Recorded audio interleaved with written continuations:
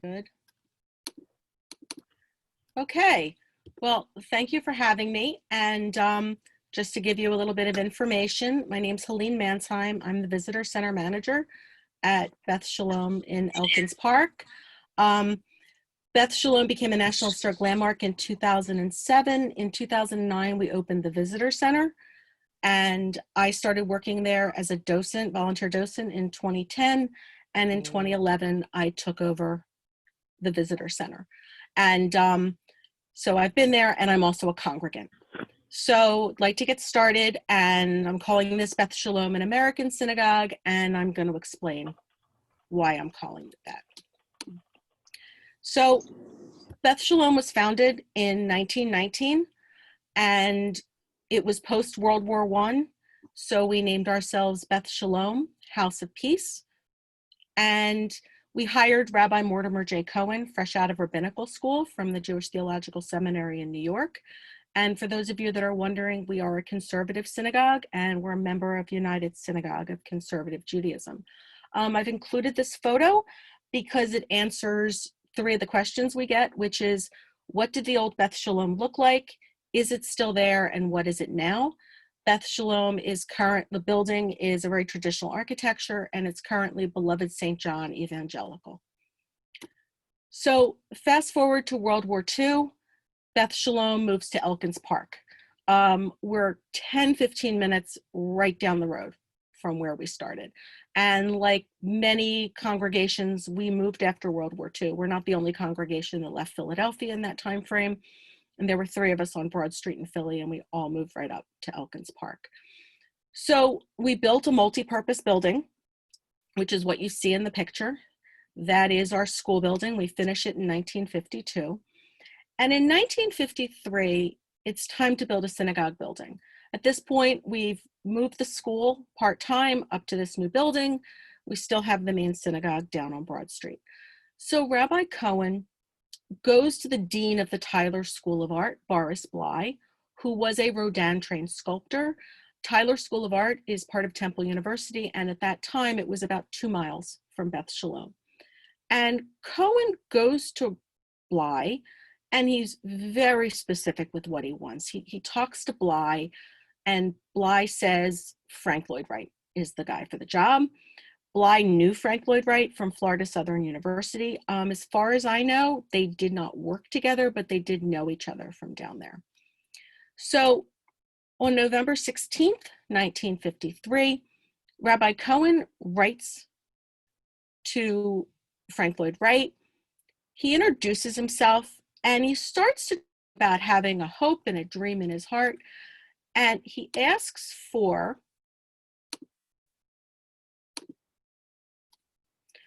a synagogue of simple modern design. He wants the American spirit wedded to the ancient spirit of Israel. He's asking for a new thing. And this is why we call ourselves an American synagogue. Frank Lloyd Wright considered himself to be America's greatest architect. He did not consider himself to be a European architect. He was an American architect.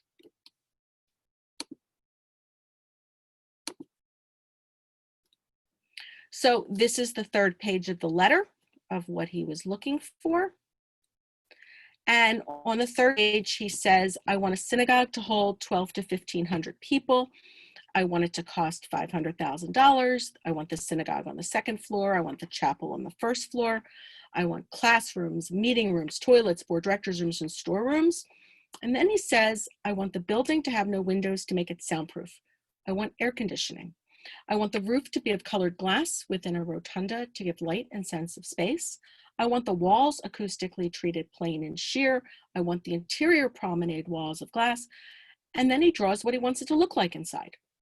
So he's very specific where he wants the rabbi's chair, where he wants the cantor to go, the door to the seats, and he orients the building. On the left, you see it says north, and on the right, it says south. So he's very specific what he wants. Dated 12 days later, dear Rabbi Cohen, would like to talk with you concerning your project. We'll be in New York at the Plaza next week. Could see you and Dr. Bly at that time if you were there. This is the relationship that builds Beth Shalom. And here's Rabbi Cohen and Frank Lloyd Wright together working on the footprint of the building. So that's Rabbi Cohen on the left and Frank Lloyd Wright on the right. And there's almost a 30-year difference between the two. When Frank Lloyd Wright took this job, he was 85 years old. So this is the footprint of the building they were working on. This is a picture of Rabbi Cohen's hands from a 1950s Life magazine photography shoot. And Frank Lloyd Wright said, when you're sitting in a house of worship, you should feel as if you're resting in the hands of God. And this is currently our building. This is a Google Earth photo, and that is a Frank Lloyd Wright designed fountain. And the fountain is pointing, if you look at it and say it's pointing away from the building, it's pointing west. So that's how the building is oriented. The back piece is pointing east. So I just want to touch on what Cohen asked for and what Wright drew. So you see that there is a different shape, but what you can tell Cohen was going for was everyone facing together. He was looking for a sense of community. So what Wright did was he has everyone facing forward, but what you'll see in the final design is how this helps to foster community based on the seating. This is not exactly what we got for seats. This shows more seats than we got, or the seats we actually purchased were larger, more comfortable than these probably would have been, and there are more aisles. So this slide kind of helps to answer the question of why Frank Lloyd Wright was willing to take this job. And Frank Lloyd Wright designed over 1,000 projects in his lifetime, and he built about half. So there were many projects that he had these ideas for that no one was going to buy, or that were just ideas he sketched, and he never had the chance to do. This was actually designed for a clergy person in Manhattan, and it was never built. This is 1926. But you can clearly see where Frank Lloyd Wright where this design for Beth Shalom came from. And you can see in a way why Wright was like, oh, here's my chance to do the steel cathedral. So this is groundbreaking. This is 13 months after that letter. So our building took less than 6 years from first letter to dedication, but that first 13 months was designing the building, and then groundbreaking is here. And something to note is that we had no one to build the building. At this point, we had no one to build the building, and we're breaking ground. We finally find someone to build the building, and we begin. This is the framing of the building. The base of the building is poured in place, reinforced concrete. And that was all poured by lots of people. And here's some shots of the building being poured. These guys were just dumping concrete. The sheer amount of concrete is pretty incredible. There are places on the exterior walls that are over 2 feet thick. So, and it goes all the way down into the rock. So here's one of our steel girders, steel beams being lifted. And here's some of them being put together, building the tripod. And if you look closely at the top, there's a guy positioning the steel together. So the base of the building is poured in place, reinforced concrete, and the skeleton is steel. And here you have the support system being lifted into place. And you can see the concrete, what are called the chevron beams, these concrete slabs that are going to go over part of the sanctuary at this bottom section. And then you have the steel going up. And here's aluminum cladding. So the base is concrete, the skeleton is steel, but it's clad in aluminum. And these are the aluminum cladding panels as they're laying on the ground before installation. So here you have the spine of the building. And you'll notice that it's that pattern you just saw, and there's points coming up, which we'll touch on in a moment. And then you have glass panels, this exterior glazing. The exterior panels are glass. They're corrugated glass with chicken wire, actually, and they're sandblasted to diffuse the light. And there's a 5-inch air gap and a plastic inner lining, which you're going to see when we get further. So there's the 2 layers, the glass on the outside, the plastic, the fiberglass on the inside. When Wright sent the first set of plans, he said it's going to be a wire glass roof, but the actual panels we didn't choose until after the skeleton was up. And this is the points that are going up the side of the building. So these are essentially a design element that you're going to see in 2 other places within the presentation. So Wright is constantly reusing a design within a structure, so you see that flow. These are also spotlights that go up the spine of the building. So the person we got to build the building is Haskell Caldwell. Caldwell was willing to take this job. He, at the time, was finishing the Price Tower in Bartlesville, Oklahoma. And he actually had worked with Wright on multiple occasions. He built some of the homes that Frank Lloyd Wright had designed, including some, I believe, for the Price family. So, and there's the 2 of them and some other people taking a look at the structure as it goes up. And this is actually the final shot in the movie. And if you have the chance to come and visit, it's really a great movie that tells the story of how this building came to be in a lot more detail. But what's important about this photo is that this photo was taken in February, March of 1959, only a few months before Wright died. Wright dies April 9th, 1959. We're dedicated September 20th, 1959. So we were always told he never saw the building, the interior. He never saw it complete. He did not see it complete. But what this photo tells us is that the roof was done enough for the wood cabinet behind him to be installed. So he actually saw the beginning of the interior being complete. There was no carpet, there were no chairs, there was no furniture, but he did see that. Okay. All right. So I have a video. This is really the best way to see our building. So I'm hoping that this works nice and smoothly for people. So when you come up to Beth Shalom, you can't go straight ahead. You have to go around, and you come up these very low welcoming steps up to these doors. These door handles are not your typical door handles, and you'll notice that design element that I pointed out previously. You'll notice that there it is again in these handles. And we're going to go over here and we're going to look at our chop. This is the Frank Lloyd Wright red chop. Buildings that have these like to tell everybody they have them. This is a big deal. Not every building got one. And now we're going into the vestibule.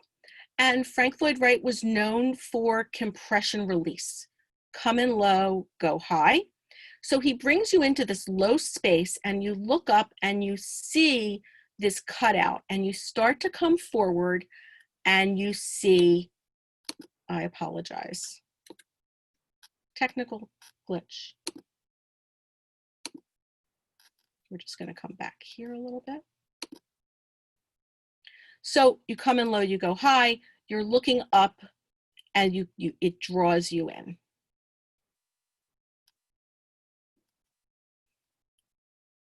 So the patterns you're looking at, these patterns here are typical of Wright. Wright's patterns are geometric. They are individual items. They may or may not touch, but they don't interfere with each other. You don't see circles wrapping around each other. They're each individual. So now we're just going to take a peek down the steps. This is our smaller sanctuary called the Sisterhood Sanctuary, named for the Sisterhood who helped raise the funds for that room. And now we're going to head on up the steps. So the steps are wide and they were supposed to be a ramp, but it was too steep. So we ended up with this wide steps. And when you come in, it's like a sense of a processional. It's nice and wide. So now we're just going to take a peek at the light in the room. And we're just going to take one more look. Here we have a light fixture. This fixture has that design element again that we saw previously. And these are the fiberglass panels on the inside. These are all original. And this is Structoglass. You would see these panels on a carport or in a shed. They're just regular fiberglass panels. And now we're going to turn and we're going to look at the room. So the room seats over 1,000 people, and these are all original seats. Each seat is its own seat with armrests and a back. And Frank Lloyd Wright did not design these seats. He picked them out for us. And we're just going to peek up to the ceiling. And the ceiling is 110 feet high. So it's 110 feet from floor to ceiling. So I hope you were able to actually appreciate that video. So here we have a shot of the room. So the floor doesn't look flat. It's not an optical illusion. The floor is not flat. You're actually sitting in a basin when you come into the room. So you're going downhill. And the way we deal with that with the seats is you'll notice that the seats don't look flat. They don't look straight. Each seat is the same height from the floor, but not necessarily the same height as the seat next to it. So if you look closely, you'll see that the seats, in this photo, the left-hand side, each left-hand side of those seats is the same height from the floor. So you'll notice that the armrests are two different heights. So when you're sitting, your body is straight, but the floor beneath you might not be flat, depending on where you're sitting in the sanctuary. And your armrest may or may not be the same height as the armrest next to you. And the books are in between. So it's just going to take a look from the back of the room and get a view.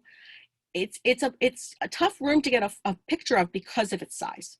It's hard to get a good picture because it is such a large room. So here we have an up close view of the front of the room, up a little closer. So I don't know if everyone here is familiar with what you're looking at. So this is a synagogue. Synagogues, there is no extra value to prayer here as there is outside, as there is in your home, as there is in an airport. But if you're going to build a prayer space, you're going to create a room that's going to be a prayer space, you're going to include two things. And those things do not have to be permanent. They can be mobile items, but they are a cabinet in the front of the room, traditionally on the wall facing the city of Jerusalem.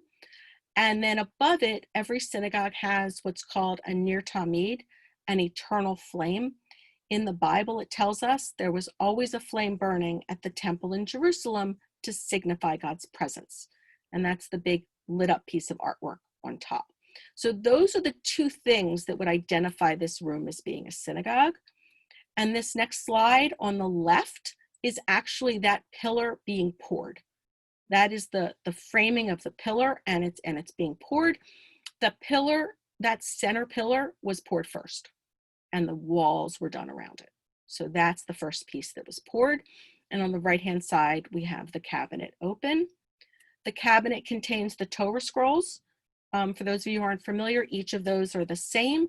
They're all the 5 books: Genesis, Exodus, Leviticus, Numbers, Deuteronomy. That cabinet holds 10. Frank Lloyd Wright did not design any covers or any pieces of decoration, any decorative pieces for the Torah Scrolls. So this is the drawing of the piece of artwork that Frank Lloyd Wright designed. So I mentioned that Rabbi Cohen was given co-designer status for the building. So Cohen had a hand in everything. And he had a hand specifically on the inside. And Cohen sent Wright a picture of what he wanted in the front of the room. And on the top right-hand corner of this, it says, suggested treatment in reply to Rabbi Cohen's letter of February 17th, 1957. So Cohen had asked Wright for a quote from Isaiah 6:3. The quote from Isaiah in Hebrew is Kadosh, Kadosh, Kadosh, Adonai Tzvaot. In English, it's holy, holy, holy is the Lord of hosts. And it's also in the Catholic Mass, excuse my pronunciation, Sancto, Sancto, Sancto Domino. So it's a quote that a lot of people are familiar with. It's not a required quote. It's just a quote that Cohen liked, that Cohen chose. And then Wright put that quote up there. He took that quote and boiled it down to just that word holy, kadosh. And beneath it, he designs this item based on this picture of an angel that he sent to Frank Lloyd Wright. And you'll see it says here, you know, I'm going to do red bronze leaf. I'm going to do gold mirror insets. So he's very, you know, Wright was every little detail. So here's an up close view of that piece. So that piece is called Wings.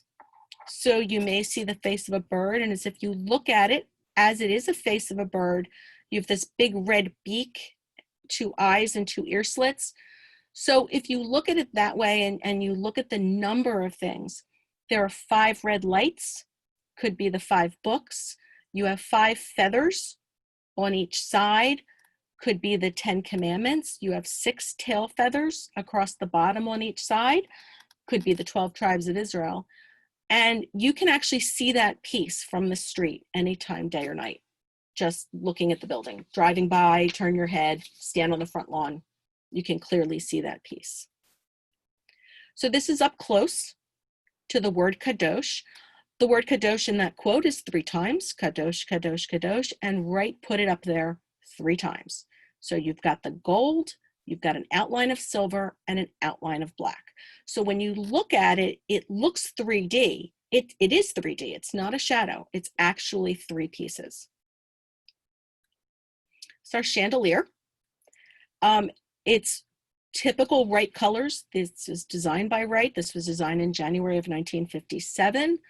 Wright picked these colors. These are typical of him. This is an extremely large piece. Like, it doesn't really look like it in photos, but if 3 people were to stand at each point in the main sanctuary, you realize how large it is. When you have a 110-foot ceiling, this is approximately, I believe, 1/3 or 1/4 from the floor. So it's quite a large piece, and this is a nighttime photo. So it's a pretty amazing piece. So we're going to try another video. I hope this one is a little smoother.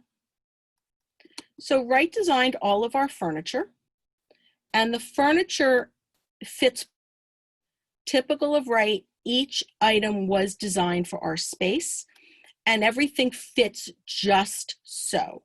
So you have this planter notched into the floor. So it's notched onto the steps. We have 2 lecterns. Those 2 lecterns, they look very top heavy. They actually don't stand on their own. They're in a post on the floor. And there's a hole there for when you're going to put that in the spot for the taller person. So you can actually, it's actually adjustable. This is those circles again, and those triangles. And now we're headed over to the side, and there are 6 chairs on the bima. And the reason those chairs are 3 different heights is because Frank Lloyd Wright said so. That's strictly a design choice. And because I'm talking to a Chicago group, I'd like to point out our version of a Roby house chair. This is a Roby house chair with a crown. So Roby, we're newer. Roby house is the early 1900s, and here we are, 1959. This is our only metal piece, the menorah. This metal piece is, it's notched into the floor. There is no ritual purpose for a 7-pointed menorah. But on Hanukkah, we have 9. So what Wright did was he gave us an extra square to hang on each end so it looks perfect. And they're custom. There's 4 of these in the whole world, 4 for the menorahs, and they're labeled. So this one is the letter O, so you know which one to put up. So we're just going to take a look over here at the main table. So all of our furniture looks really worn.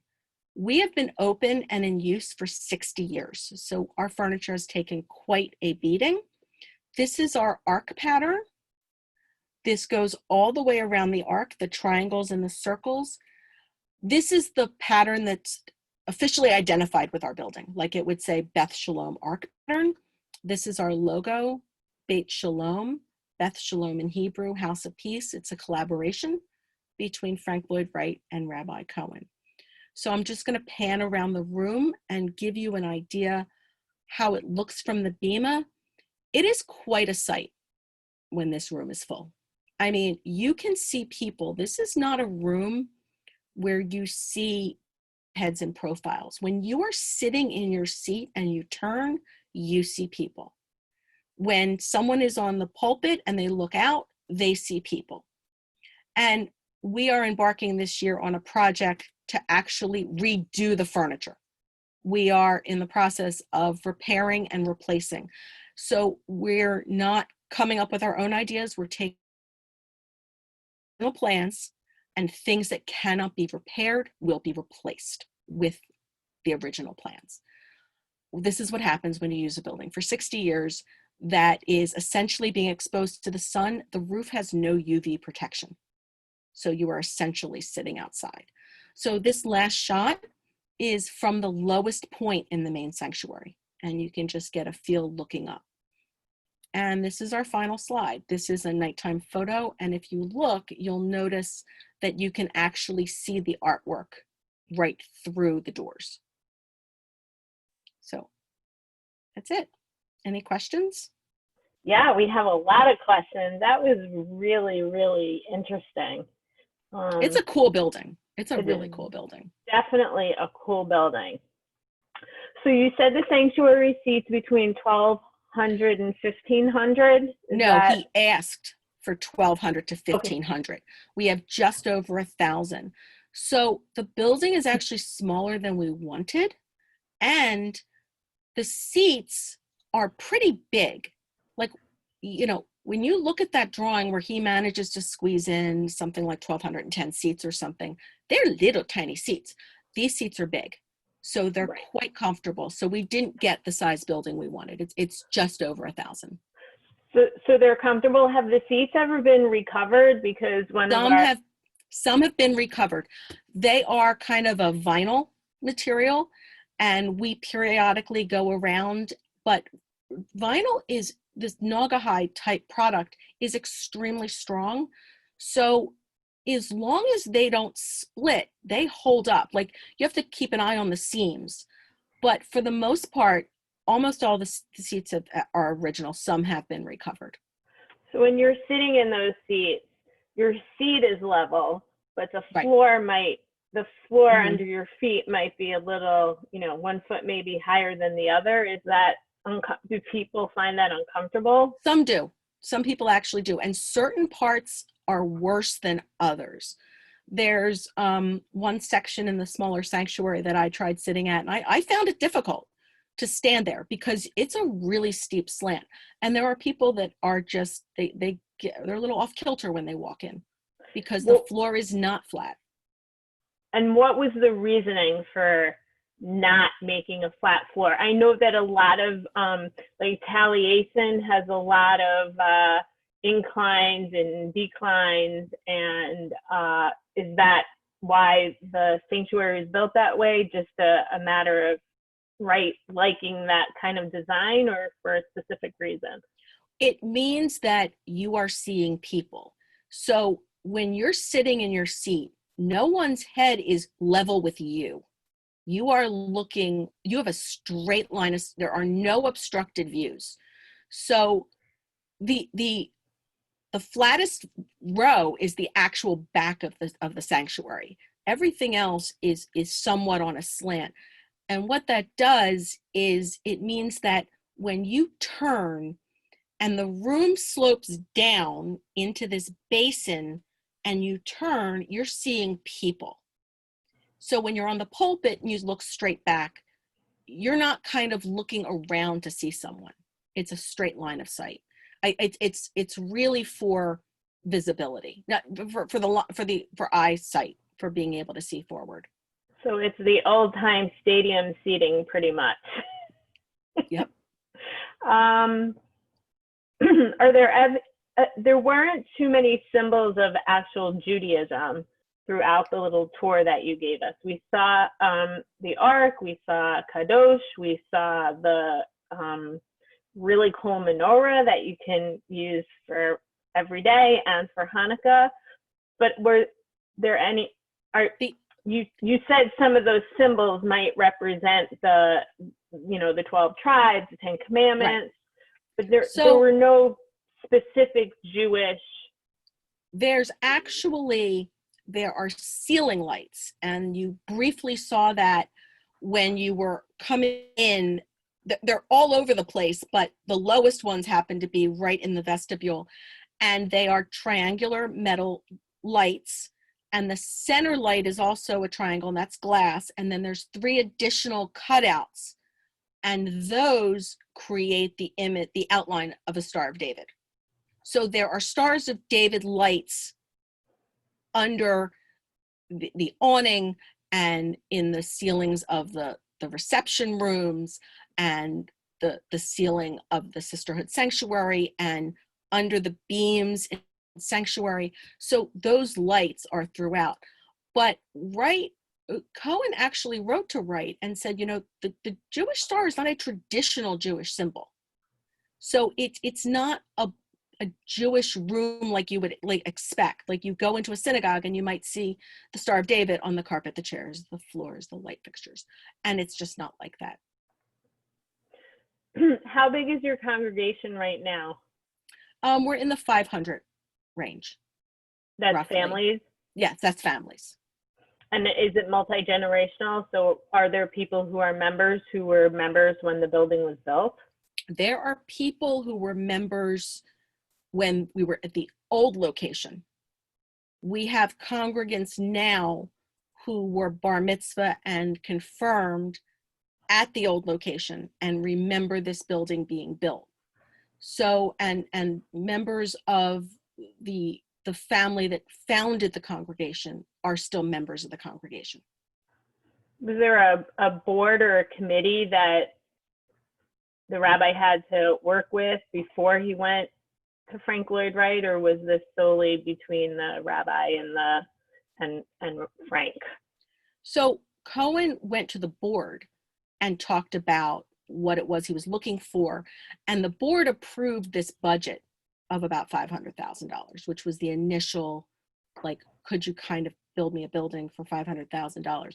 So the board was involved, but the board, when the plans came in, it was a board meeting when they opened the plans. So there was a board involved, but Cohen had a very specific idea, and he was going to get it done.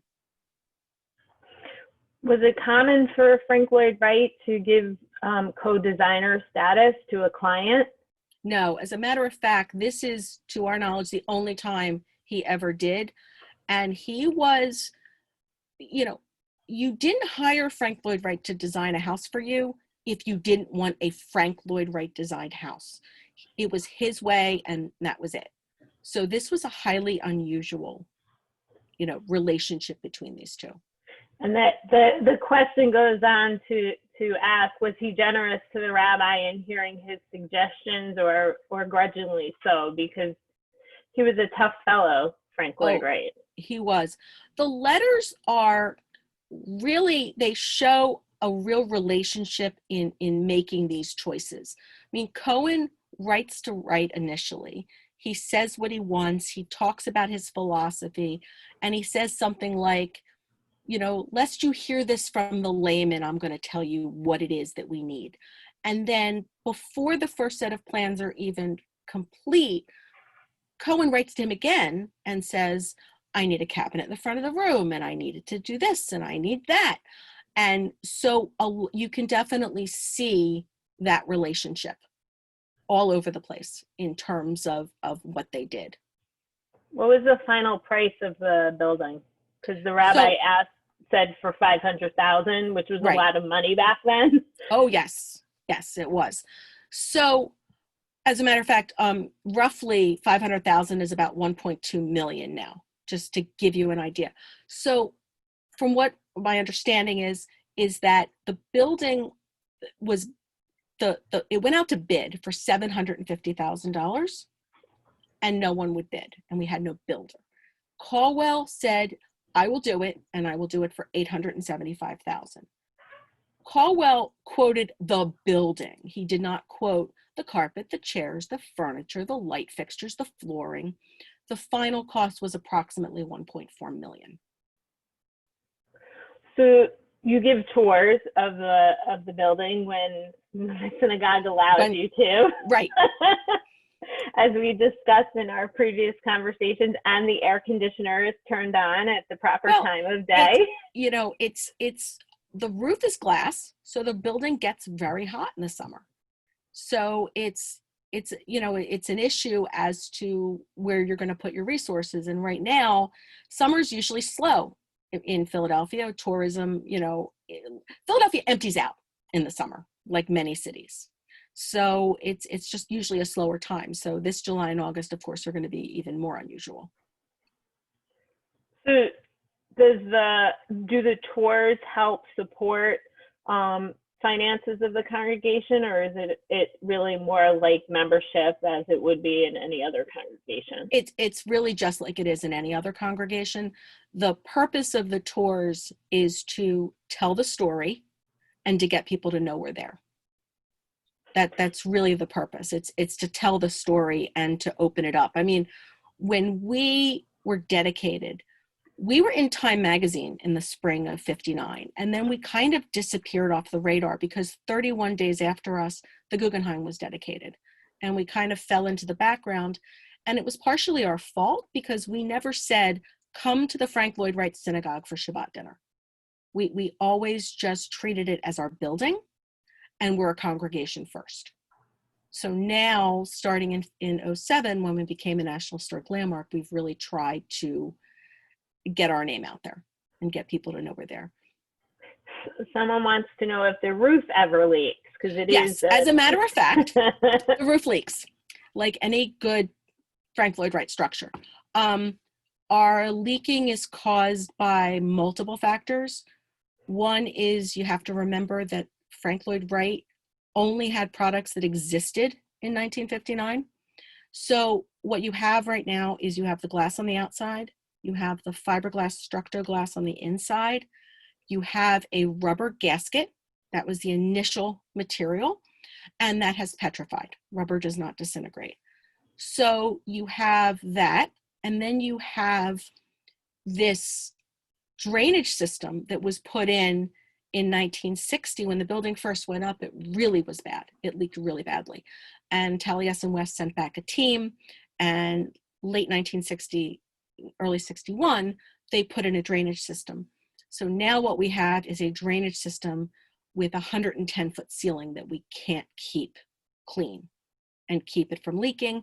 And then, of course, you have expansion and contraction at different rates.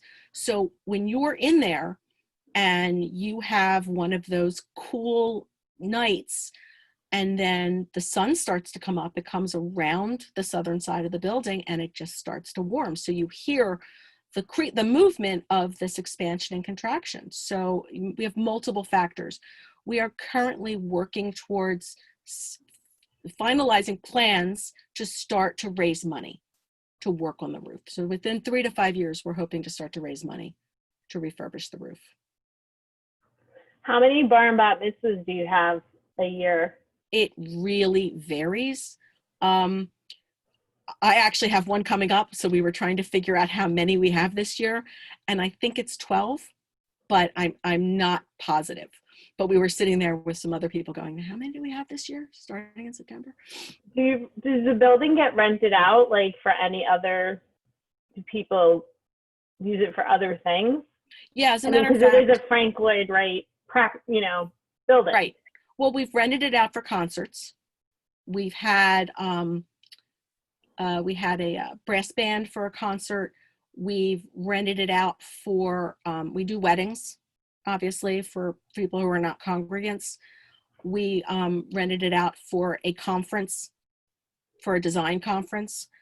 And we actually did a laser light show, not this past Hanukkah, the Hanukkah before. Cool. Yeah, it was pretty amazing. What is your background? How did you get involved in, you're very knowledgeable, so how did you get involved with this? I was dropping my kid off at preschool, and there was a sign that said, would you like to be a tour guide? And my friend said, okay, let's, we'll go, we'll come in, we'll drop the kids off, we'll go get coffee, we'll give a tour, then we'll pick up the kids and go home. I said, no. And she said, come on, we'll go to the training. And that was it. And she never did it. She never did it. That's always the way, right? That's the way it works. But it seems as it's very fulfilling. Yeah, I really enjoy it. So other than Falling Waters, what other Frank Lloyd Wright properties are in the general area, if any, of the synagogue? Well, actually closer than there's two where Falling Water is. There's Falling Water and Kentuck Knob. And Kentuck Knob was actually built at the same time we were. And, but closer to us is the Guggenheim, which is in Manhattan. And if you drive south from us, about a couple of hours, right outside of Washington, D.C. is the Pope Leahy House in Mount Vernon, Virginia. So those are probably two of the closest because we're about 5 hours from Falling Water. What is your favorite part of the synagogue? Do you have a special place that you like to just be? And my favorite piece is actually a light fixture that's in the smaller sanctuary. That's my favorite piece in the building. But I actually love being in the main sanctuary.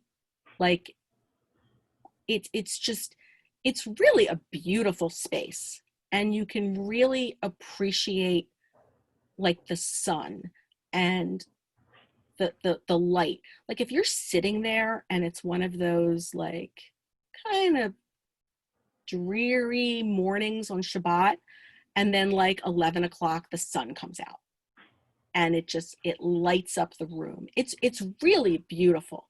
And to be in there when the sun starts to set and the light changes, because the colors in the room are always different. I showed you a number of photos, and in some of the photos the seats look red, and in some of the photos the seats look brown. And then, I'll go up there at a 10 o'clock in the morning tour, the light looks like one thing. A 3 o'clock in the afternoon tour in July is nothing like the light at a 3 o'clock tour in December. So the room is always different. I can judge what the room is going to look like. I go outside in the morning to go to work and I'm like, oh, it's going to be bright in there. It's pretty amazing. So you walk up those front steps, those low, the outside steps, front steps, which is common for a place like Taliesin or east or west, doesn't matter. And then you walk into that main area and you're in front of that smaller sanctuary. Does that sanctuary also go down? Yeah, that sanctuary is actually steeper. So when you come in to that foyer, you can go straight down steps into the smaller sanctuary or up and around into the main. And the pillar that is where the ark is in the main sanctuary goes all the way down. And the ark for the sisterhood is in front of that pillar. So that shape goes all the way down. So you're directly beneath the main sanctuary when you're in the smaller. And the smaller sanctuary holds over 250. A lot of Frank Lloyd Wright sites are not handicap accessible, especially here in Oak Park. We know that the home and studio, if you have difficulty getting around, you can't go in. So was it built handicapped accessible, or have you had to make changes? We put in an elevator. We actually, in 2014, we dedicated our elevator. And that was a long time coming. It was a huge project. And it actually, to deal with the concrete and to deal with the multiple layers, multiple levels, the elevator actually has 5 stops and 2 doors that are catty corner because there's no other way to accommodate getting street level up to the sanctuary or down to the sisterhood, because the sisterhood is actually underground. It's below street level. So we put in an elevator in 2014, and that can get you to both sanctuaries. But prior to that, there are 2 emergency steps that lead out on the side of the pulpit, and one of them had a chair lift that was put in the 80s. So you would come in from street level, get into what is like a Medicare chair, and ride that up to the main sanctuary. Yeah, it's really interesting that, I mean, many of its properties, this is not something that was able to be done. So it's nice that that you did that. It was really a project. As a matter of fact, it's one of those things that I couldn't even picture how it was going to happen. And I was pretty amazed, because when you actually look at the pulpit, one side door is actually a different size, because we had to completely reconfigure it. So instead of going down steps, because I said that last photo, I said I was at the lowest point in the main sanctuary. There used to be 2 of those mirror image. Now there's just 1. The other side was completely modified, so it's flat. So instead of going down steps, the wheelchair goes straight into what used to be an office, which is now essentially an elevator lobby. Are you guys the only synagogue in town? I mean, the building's beautiful. So, I mean, we're not even close to being the only synagogue in town. In Elkins Park, we have an Eruv, which allows us to carry on Shabbat. We have 5 synagogue buildings in that Eruv and 6 congregations. And then we have another congregation on the other side of the street, which is outside the township, so it's not inside the Eruv. And then we have another one up the street. And Philadelphia has 5 Eruvs, so it's a pretty large community, so that we're not the only game in town. And within that Eruv, there's 3 conservative congregations. Interesting. I mean, I bet yours is the prettiest, though. Yes, absolutely. And it's interesting that you say that, because when you've been at Beth Shalom long enough to have experienced bar mitzvahs and services, and you go to another synagogue and you sit in the back and you can't see anything. Like, there are no bad seats at Beth Shalom. So you get the seat in the back, and the back is great because the floor is flat, but you've got a perfect view. And for a room with 1,000 people, you're pretty close to the front. Like, you can go into a room in a sanctuary and it seats 800, and you're near the back and you're far. Like, it looks like the rabbi is like so tiny, but not at Beth Shalom. I mean, the way that floor is, you really are close. So it makes a difference to go somewhere and look around and not be able to see the people that you're with. So do you work with someone wanted to know, do you have connections with the other synagogues? I mean, I assume as within any city, there are things you guys work on together, and there are things that you do on your own. Is that right? We have what's called the Kehillah, which is of Old York Road, which is the road we're on. And I mentioned that 2 synagogues had moved up with us, right up Broad Street. So the Kehillah includes everybody who's in the Eruv. So there's those 6 congregations, plus another one that's up the street. So we do a lot with the other congregations. For example, Shavuot this year, for the past, since I've been with the congregation, I joined the congregation in 2004 when my congregation merged with Beth Shalom. We've been combining Shavuot with this other synagogue, and now we're combining it with the whole Kehillah. So there were I think it was 7 names on that list of congregations that were involved for Shavuot. So there was the 8 o'clock session, the 9 o'clock session, the 10 o'clock, and there might be 3 sessions in that time slot, and it was the rabbi from this congregation and the rabbi in each of them. So we do work with them, the Purim Carnival and the big Hanukkah celebration with the laser show, and we do work with them quite a bit. We're in a situation where we help each other out. We had a special guest coming. We had a guest speaker for the weekend, and we had no power starting Wednesday. So we actually moved to the congregation down the street. They gave us the main sanctuary. We had our special event. Of course, we invited anybody who wanted to come from their congregation as well, and we moved it there. So we work together. a lot. That's awesome. Is there a social hall in the building? The other building, that boxy building, the initial school building, has 2 social halls. So when the building was built, it had an auditorium. There's actually an arc behind the stage that was initially built, and that's our larger ballroom and multi-purpose space. And then we have another one. So we have 2 large multi-purpose spaces. So when we have an event, we can have, or a special Shabbat, we can have multiple services going on. We can have the traditional service, we can have the family service, the teen service, the, you know, the lay service. So we can do all that. So in this building that we're looking at, that's still on the screen, that's the Sisterhood Sanctuary and then your main sanctuary. And 2 reception rooms. Frank Lloyd Wright was into small, intimate spaces. So we actually have 2 fireplaces, one in each of these reception rooms. So these rooms were designed to be like a kiddush after services. We use them for meetings. We get a lot of use out of this building. On a typical week, there can be meetings in these reception rooms.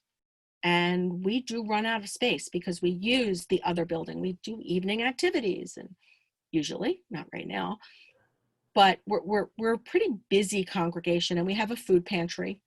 So we service, you know, a large percentage of the community. So we're quite an active congregation. So Hebrew school is not actually held in this building, or preschool in this structure? Well, there's a school, there's the classrooms are in the other building, but we do use this space. Is that the building that we see to the right? Yes. That's yeah, okay. That little tiny piece is the other building. So that has 2 floors, the school, it has the school, it has the 2 ballrooms, it has a couple of offices, it's got the library, it's got another chapel. So we have 3 rooms that are sanctuaries. And are they connected, or you have to walk outside? It's a glass hallway. It was connected sometime in the 60s, I believe. There was always a door out the side. And if you look at old satellite photos, you can see that where the glassway is now was just an awning. And the road actually went around the synagogue building. And now you can't drive all the way around the building. We reconfigured the parking lot. So instead of leaving the synagogue building, walking under an awning, crossing the street, the driveway, and into the other building, they closed it off, and it's an interior hallway. Makes sense. Probably safer. It's safer, and it's dry, or it's cooler, or there's no snow. Right. I don't think there are any other questions. This is fascinating. Eileen and I are going to come on a road trip, and we're going to have a tour.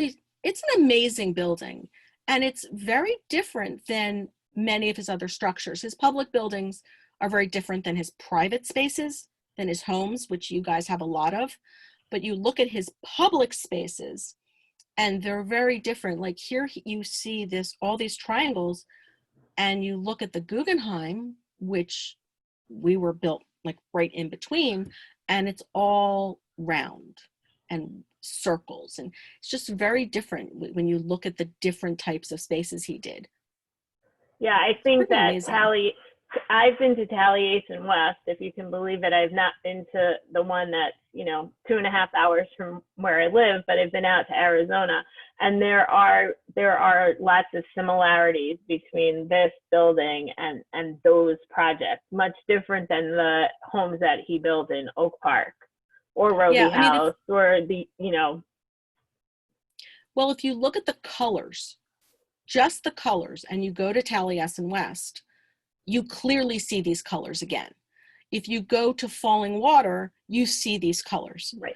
So the palette of Falling Water is our building. If you look at the paint palette that's available, there is, reds and these tans, and it's the same palette. So yes, you walk in and you recognize those colors. So right. There's definitely, and if you go to things that are older, such as Taliesin in Wisconsin, it's not quite as the colors are not quite as pronounced where you're seeing that same shade over and over again. But like Monona Terrace, which was finally built after he passed away, that also has the reds and the greens and the tans, and so it was. Yeah, I watched the video from your session with that, because when I went to Wisconsin, I couldn't get into Monona Terrace. That 1 week a year where they're redoing the whole inside and nobody's allowed in, that's when I was there. All right. Well, you have to plan better, and you'll come and visit us, and we'll all go for an exploration. Yeah. Helene, this was fantastic. I'm glad you enjoyed it. It's a lot of fun. We really did. We really did. This is being recorded, and it'll be posted on the JCC Chicago YouTube channel within about a week. I just want to remind everybody that on Thursday, we have a presentation on Mali's War. It's a World War II conversation with a woman who traced her family's history. And then next week, we have a couple of more Frank Lloyd Wright properties, some book discussions. So we hope that you'll join us. Visit jccchicago.org. The calendar has all the information. Helene, again, thank you so much for joining us. We really appreciate it. Thanks for all the questions. Everybody stay safe, and we hope to see you soon. Take care. Thank you. Bye-bye. Bye.